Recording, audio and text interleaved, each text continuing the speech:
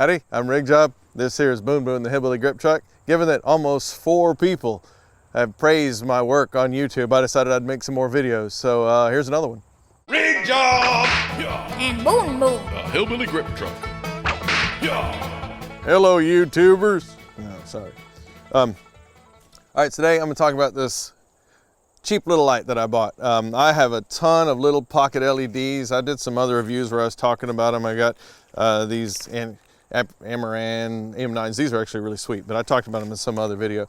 The problem with all my little portable LEDs is they're arrays of LEDs. There's a whole bunch of little lights, and as a result, you can never put them in frame because there's always a bunch of little spots there, and it just looks like you've got a little video light up. So I was goofing around on Alibaba in the middle of the night like I want to do, and I came across this crazy light. It's about the size of like a Z96, something like that, but it has a single cob array in the middle, a cob's chip on board or something like that, and it's a single point source. It means that the shadows that are going to come off of it are going to be hard. You're not going to get that multi shadow stuff you get from little arrays. So I bought them originally because I wanted a single point source and because they were just stupidly cheap. I think this was 16 bucks. And I thought, well, how bad could it be? Maybe I could pull it to bits. Sometimes when we're shooting music videos, I need to have a little hard light coming from some weird place. I could stick it. I thought, what the heck, worth a gamble. So I bought 2 of them, and they came, and the things that blew me away is it looks to me to use the exact same phosphorus as all the good LEDs on the market right now. The color is identical to the best stuff from F&V, from Aperture, from Came. So all the colors of those cheap LEDs are matching perfectly, and the new light panel stuff. So I was stoked because it's supposedly a 98 CRI. It's probably closer to 96, but it's a good looking light, real good daylight. Super happy with that. And it runs off of Sony batteries, which I'm kind of fond of at the moment. So you can pop a F970 or F whatever you got on there, and it's got quite a bit of punch. You can't tell standing outside, but it's around the same power as the Light Panels Micro or the Z96. But it's a single spot, and that's real exciting to me because I was like shooting a music video. We were shooting music the other day, and they wanted to have lights in the background to make it look like they were on stage and had stage lights behind them. But we were shooting a real narrow depth of field, and so we had to pull our lighting back quite a bit so they wouldn't blow everything out. So we needed just a tiny bit of light in the background to approximate, like you'd see as par cans or something. And so the other test is a lot of these cheap LEDs, they flicker like a big dog when you put them under high frame rates or not high frame rates. So the first thing I did is I took it over. We were doing a high-speed shoot on a F7 or FS, what is it? FV7? I don't know what's. FS7? Is that the newest one? Job. So we're doing a high-speed shoot on an FS700. So I pulled one of these out and had it at 100%, and there wasn't a flicker at all. And I'm like, well, that's surprising. So I dipped it down to 10, nothing. In fact, we did an entire shoot of high-speed stuff, and I kept using these as little kickers and rims, just because there was absolutely no flicker up to, I think we're at 240 frames per second. So that blew me away. So here's this little cheap $16 light that is a beautiful looking daylight, and it has no flicker whatsoever. So I bought like a dozen more of them. I don't know how many I got, but I got the stacks of them because why not? 16 bucks. So one thing that made these less useful than they possibly could have been is, obviously I've got mostly these F970 batteries. I got dozens of them, and I'll talk in another video about why I do that instead of D-taps. But so I got these, but it means that they're not really low profile anymore once you chuck one of these on there. So if I wanted to stick it up inside of a light or something like that, I kind of couldn't. So I was goofing around the other night at my workbench, as I am wont to do, and I cut the back of a battery plate off of an old clock radio, and I plastic welded it in here, and I put a DC jack right in the middle of it just because there was room once I took the LED out. I'm going to cut away to a video right now, and I'll try and narrate what I think I remembered I filmed. But when you open up these things, they're really simply made, which means they're really easy to modify and hack. There's just a friction that's holding the front glass plate and the reflector in place, which means they just pop right out when you take them apart. It's just screws and thermal paste holding the LED on, so you can even pop that off and stick it somewhere else. So what I did is I took an old cord, I took the LED out of the enclosure and mounted it on a little heat sink I pulled out of a car stereo that I ripped apart just to see what was inside of it. And now I've got a little LED on the end of a wire. So it's 15 watt. In theory, there's a 5 times multiplier to the tungsten equivalency. So what would that be? It's like 75, 80 watt tungsten, supposedly. I don't think it's quite that bright.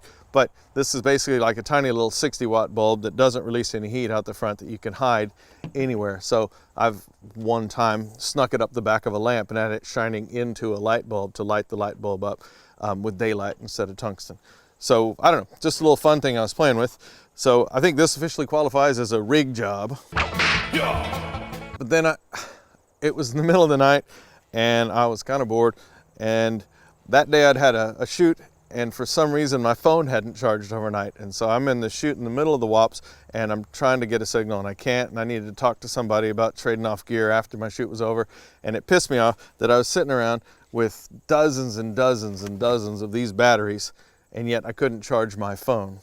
So the same Andoer that I had already pulled to bits, I decided to hack it even further, and I installed a USB port inside of it that just does a voltage conversion right off the battery to 5 volts. Seems to be going around 2 amps.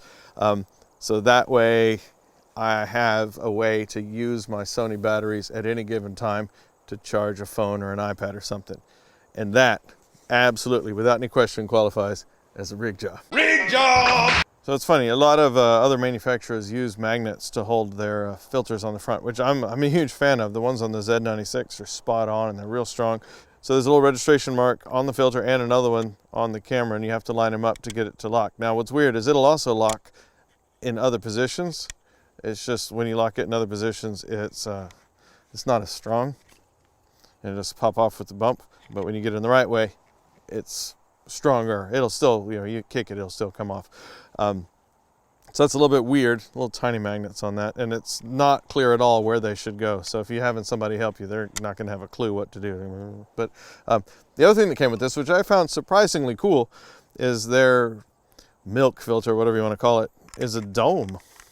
Now you're not going to see much result from that out in the sun, but it actually means that it's a really widespread soft source, which is pretty darn cool. You can hide it inside of something, or even I'm in a pinch, just holding it up to somebody when we're doing a real tight close-up. We just need a nice little glow over here.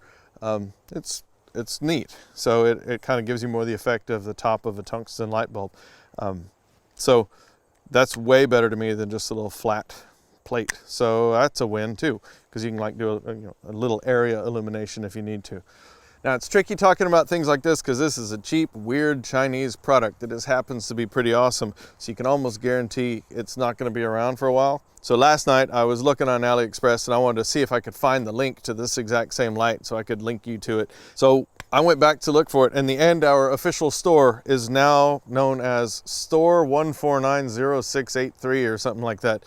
And it still says Andoer official store, but it's a really low resolution like JPEG that looks like it was a scan of a fax of a video capture or something like that. It's not. So I have no idea what to make of that. They still sell this product, but now it's 25 bucks. But there's another shop that sells it and it's still 16 bucks. So I have no idea if you can get your own. But if you happen to run across one of these lights, and I'm sure they got lots of people's different names on them, pick one up if it's cheap, because so far it's been good. And just being able to get the little hard shadows, cheap and nasty, I don't know, it's a win. So this gets my official big hillbilly cheap ass thumbs up, whatever that's worth. So if you enjoy listening to me ramble about gear, then please hit the subscribe button. Hello. Please hit the subscribe button, because that's an affirmation that gives me a dopamine rush that makes me want to do more of these things, and that's kind of the only reason I'm doing any of this. So love me and I'll love you back. No, that's probably not what I should say. All right, I'll go with that. Love me and no, I still can't say that. I don't know how I said that the first time with a straight face. Hey, so click subscribe if you want to see more, and if you don't click subscribe, then that's fine. I'll just wither away into YouTube nothingness. This is my sad face.